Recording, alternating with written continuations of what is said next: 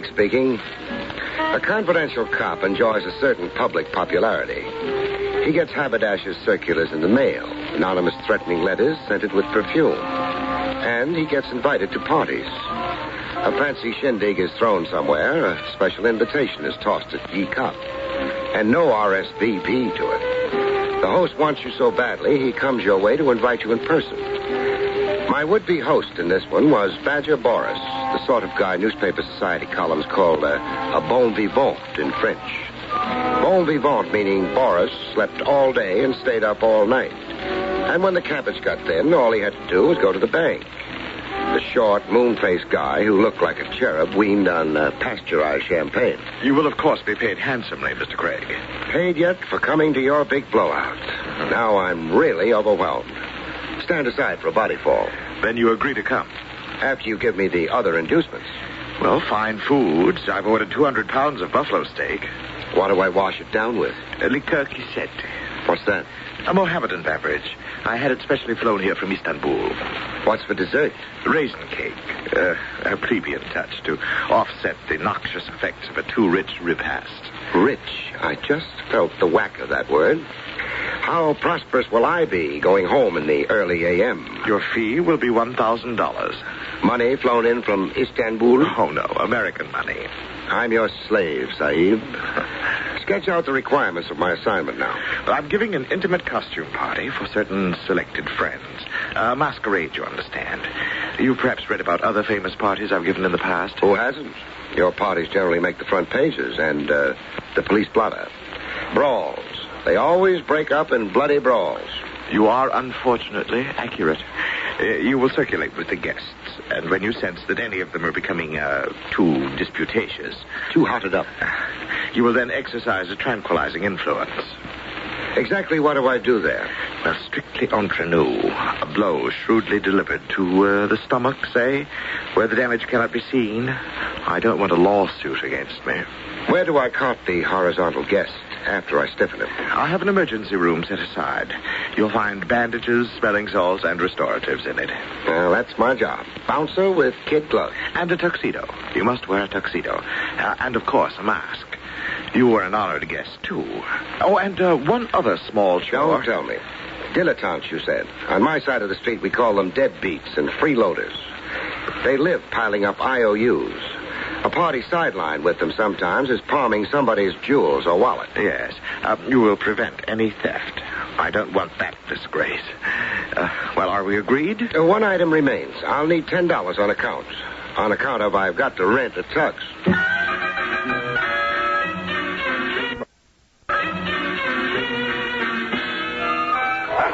I attended the party wearing a straitjacket, a tuxedo, a mask, and a noose around my neck. That would be the black bow tie. An intimate crowd like Badger Boris had promised. Everybody in costume and mask. And all of them milling around the food and drink, and each other. I got up on a balcony for a better view of the menagerie. Up on the balcony with me was a society photographer. A guy in striped pants who looked like an unemployed diplomat. He was taking flashbulb pictures. I watched him until I felt a hot breath on my neck. Mr. Craig. Oh, how are you, boss? Call me Mr. Boris, please. I dislike informality. You've got a problem? This is the wrong station for you here on the balcony. It is? I don't like you looking down on my guests. I'm not. They're looking up to me. Mingling with them, you can overhear and anticipate. Prevent any disorder by forestalling it. Okay, I'll get down off my perch. Besides, the ladies below resent the standoffish male. You must dance with them and flatter them. And be witty. Witty? Say, can you tell me a few fast jokes?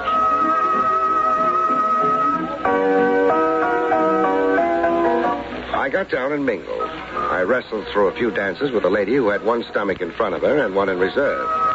She was costumed as a witch and wore a pink mask. You danced beautifully, Mr. No name dropping. Everybody's incognito until midnight. That's how Boris wants it. This step I'm doing, lady. Yes? It's a one step. My grandfather had no further use for it, so he gave it to me. I love being gay. Oh, do you, my potted flower? Your wit, it is a sharp rapier's thrust. Don't let me slice off too much of your funny bone now. Shall we trip it over to the punch bowl? No, I prefer this intoxication. Your strong arm. My barking dogs. Lady, once more around, I'll need an oxygen tent. Why, you are unusually winded. All right, you rest somewhere. My headdress is awry. I'll go repair it. Godspeed and amen. We'll meet out on the patio in 5 minutes. Oh, 20. I don't want to overdo this. In 20 minutes. It will be midnight then. We'll unmask together.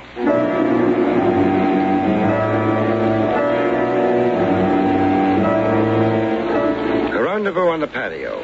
2 alone under the moon. Me and an oversized dame dying to kick me around for kicks. Earning a living sure came hard. Midnight happened like it usually does.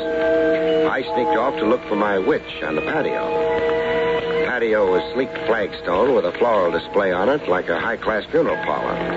There was a moon that had a bloodshot look to it as if it didn't sleep days. There was a small wind that poets and advertising copywriters like to call zephyrs. I found my bewitching witch on a love-seat swing made out of wrought iron. She had her arms outstretched like a snake about to give you constrictions. The rest of her was in a sprawl. When I reached her, my worries ceased. She wasn't being amorous. She was asleep as if she'd passed out. 2 seconds later, I changed my diagnosis.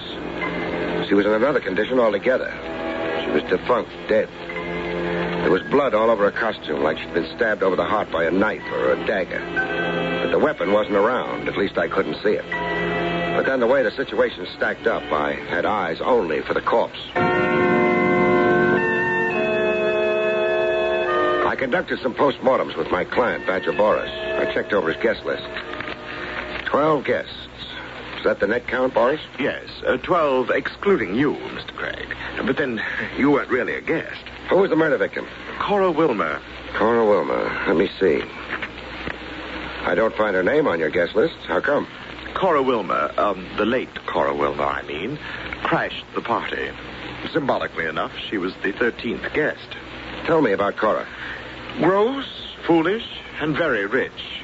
A middle-aged matron, miserably in quest of the elixir of youth. Chop it up. Cora was 50. She affected the mannerisms of 20. That sounds like a young husband in the picture she was trying to keep up with. Astute of you. Yes, there was a younger husband.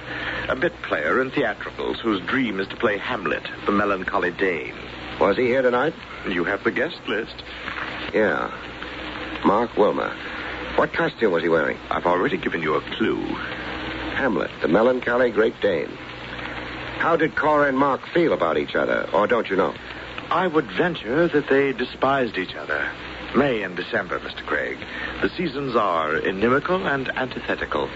You keep clobbering me with words. Call Mark Wilmer in here for a little questioning. I can't. He's gone home. I gave orders. Nobody leaves. Mark Wilmer or any of my guests don't respond to orders, as you will discover. Cora crashed, you say, but Mark was an invited guest. Then who came coupled with Mark? Oh, the Queen of Sheba. Yeah, I saw the costume. A dish in harem silk with a ruby glued to her forehead. Who was she on this guest list? Rita Romaine. Heat wave? Yes, if you must express it so commonly. She was the poster girl for the Inter-Allied Fruit Pickers Convention last year. Boat manufacturers proclaimed her Miss Cabin Cruiser of 1953. And Mark nominated her to be Queen Empress of his heart, soul, and liver. You're trying awfully hard to supply me with a motive, Boris. Am I? And I thought I was being so ingeniously subtle.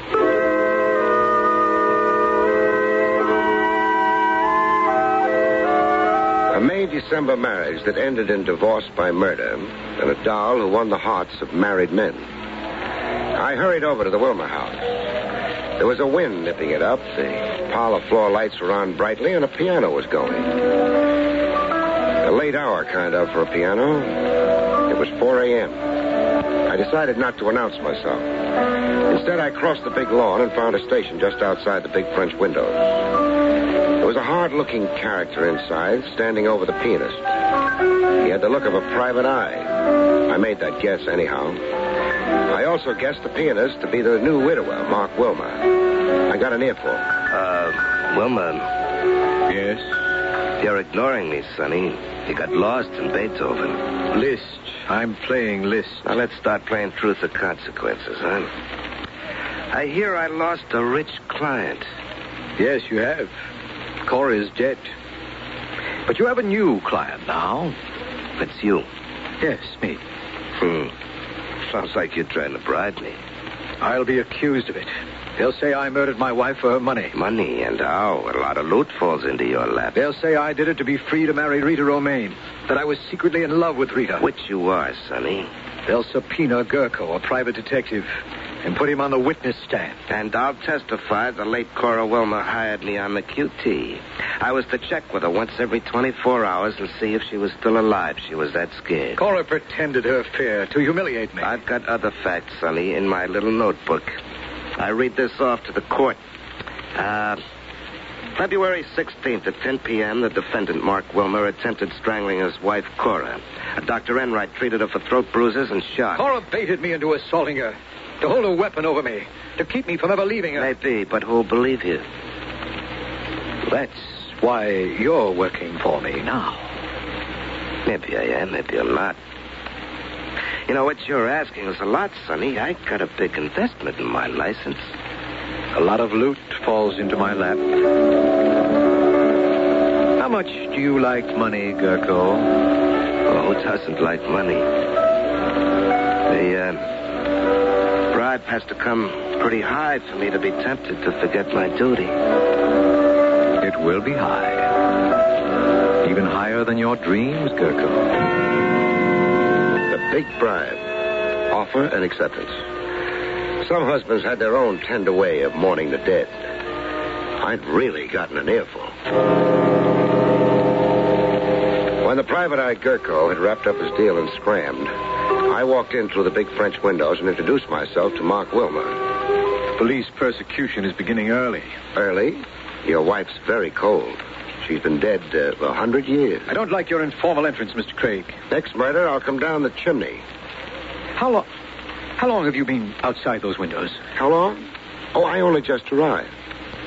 Now, that's a funny question. Please get your business over with. I'm dog-tired and verging on collapse.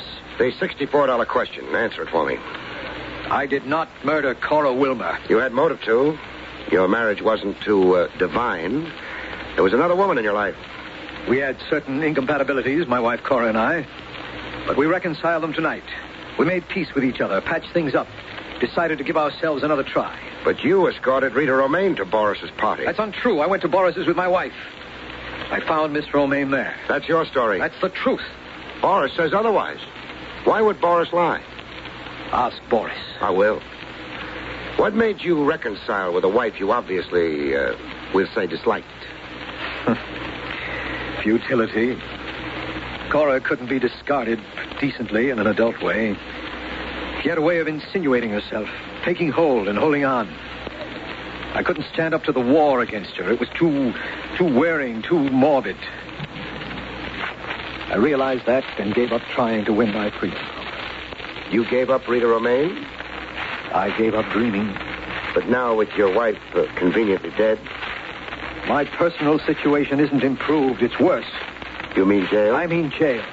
Not if you're innocent of murder. That won't matter. I'll deny it, but I'll be condemned. The outlook is very black. I married for money. That's a count against me. I had violent scenes with my wife. I loved another woman. That will hang me. Pretty fatalistic outlook. I'm a realist. Hard luck has dogged me since I can remember. I'm never on top of a life situation. I've lived my life without a laugh, without a light moment. I'll cry the day after tomorrow. You were Hamlet in costume at tonight's party. Yes, I was. If you like, here it is. The belt around the waist with the scabbard attached. What about it? The scabbard is empty. Where's the dagger that goes with it? Dagger? I didn't know that there was it. Was that how Cora was murdered? A dagger into the heart. Oh, I told you I'd deny it, but I'd be condemned anyhow. A missing dagger in my costume. It's typical of my luck. Then you won't try to explain it? I can't explain it, Mr. Craig. I can't explain it because I simply don't know.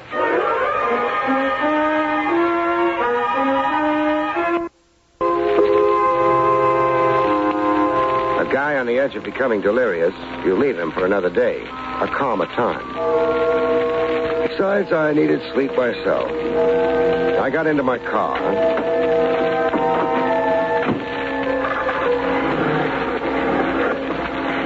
I just pulled away from the curb when I got notice that sleep was going to be a missing ingredient in my future. A try at murder number 2. Yours truly, the victim.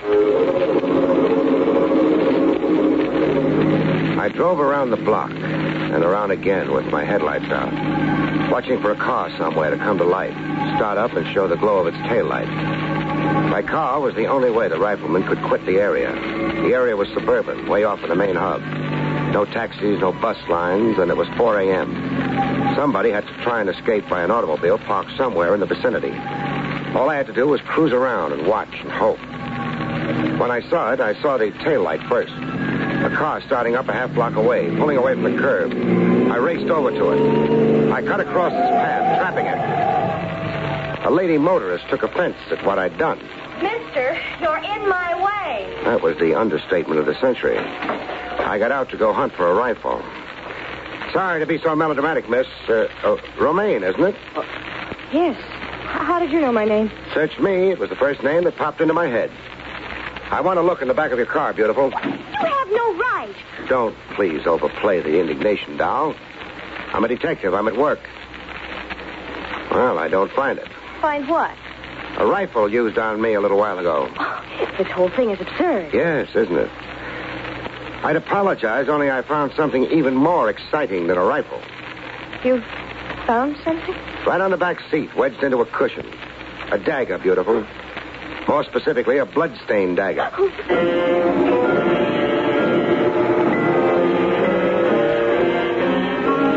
We kept company, the Queen of Sheba and me, in a roadside diner.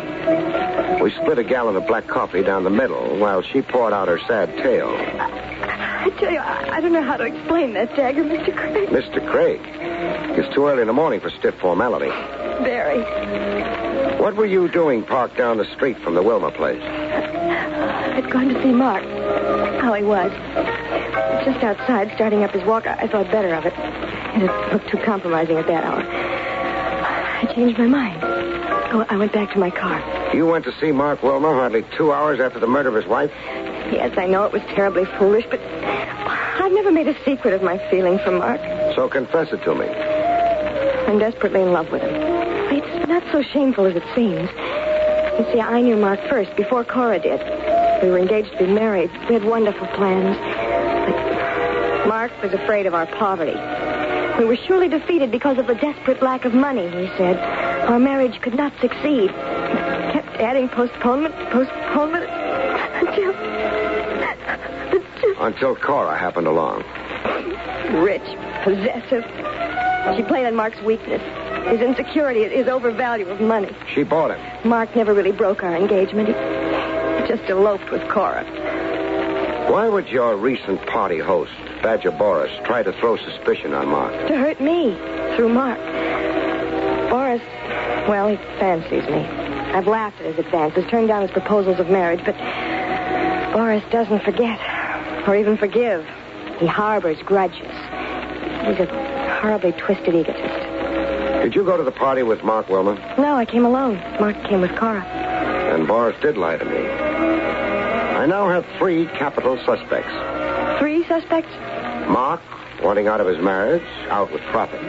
You to get rid of a rival who'd stolen your dearly beloved. And now Badger Boris to beat you over the head by framing the man you love. Now let's go, doll. I'm under arrest? House custody. Your own house, this is. The dagger was too conveniently where I could find it. I don't think you could be that careless about a murder weapon. Or could you?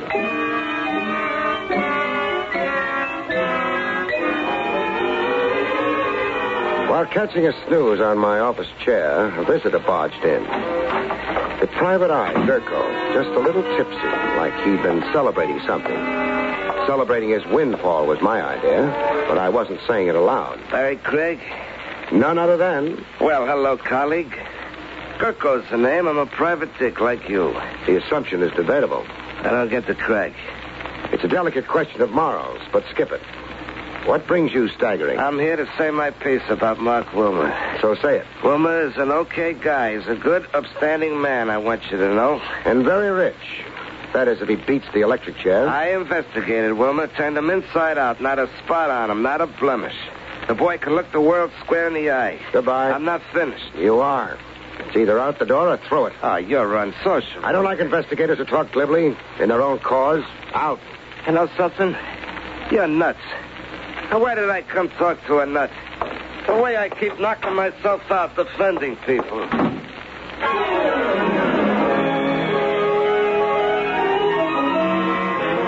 I got Boris on the phone.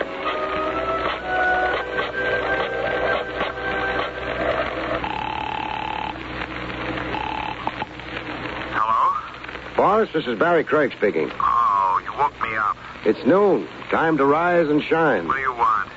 Those party photographs I saw being taken last night. I want them. Why? Well, a lot of reasons. One of them is I want to see if Mark Wilmer wore a dagger in the scabbard on his costume. I'm afraid I must disappoint you. Meaning? I destroyed the pictures. Come again? The party was such a distressing bore, Mr. Craig. Hardly worth the sentimental or memorial of pictures. I dislike preserving dismal memories, so I destroyed the pictures. Do you find me eccentric? Only phony. Phony as a $9 bill. Goodbye.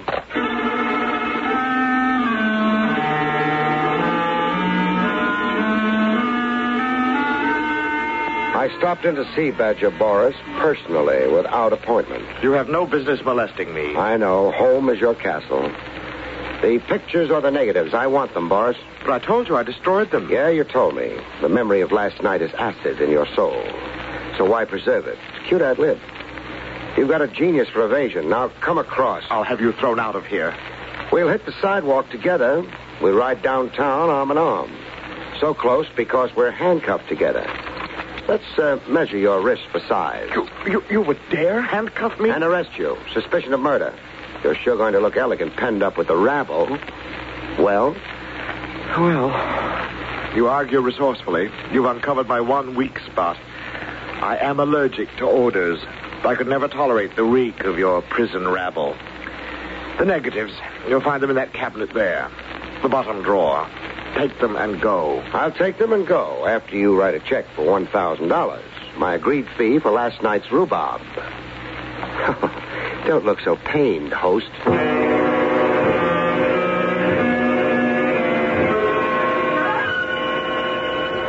I had the negatives developed, 8 rolls of them. I had them developed with a prayer that my hunch on the film would pay off. When I got a look at the developed pictures, I went traveling.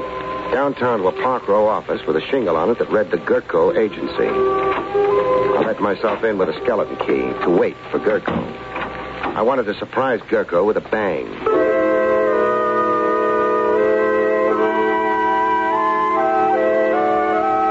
Gurko rolled in at the stroke of 3. I waited until his head showed. Then I came down on the target. Oh. When he came to enough to stare up at me groggily, we got down to cases. You slugged me, Craig. Why? Precaution to take the fight out of you.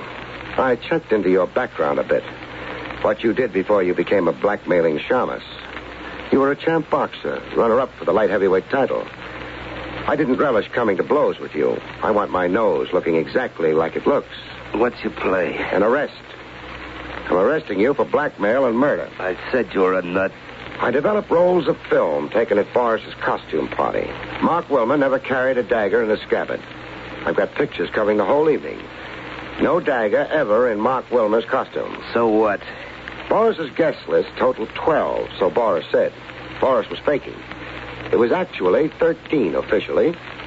He wanted me to think Cora Wilmer crashed the party, and that Mark Wilmer came with Rita. All over my head, Craig. Try getting up, I'll crack down on you. I've got pictures showing that there was even more than 13 guests. That's excluding me. On one picture, I count 14. 14 guests. The 14th was the murderer. Boris knew it, but he tried to cover it up. Not that he wanted to spare you, Gurko, but because he preferred seeing Mark Wilmer take the rap. He hoped to frame Mark. Your turn to talk. Craig, what kind of guy are you? Try me out. That's better. I didn't figure you to be an angel. I didn't see any wings. 50-50. We'll split a fortune. If I shut up about your murdering your own client, Cora Wilmer, so you could blackmail her widowed husband? Yeah, that was the play. Mark was a frightened pigeon. Forget Cora, Craig. Nobody cried when she died. It comes out fine for everybody. Mark and the doll, Rita, they get married. They got dough. And you and me, we got dough. It still needs a fall guy. Boris. We'll pin it on Boris. We'll switch it around. Boris was out to frame a guy he hated, Mark Wilmer. I'll think up a way. Like you planted the dagger in Rita's car? Well, I did that to confuse things, take some of the heat off Mark. And that rifle shot at me? Well, that was to scare you away, only that. Hang the frame on Boris. Make him the fall guy. I think I know a way, Craig. Don't pick your brains too hard.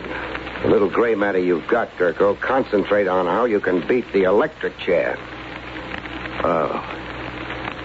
It's like that, huh? You suck at me. No deal. You're turning me in, huh? That's right. Why? I could say for the honor of the profession, colleague.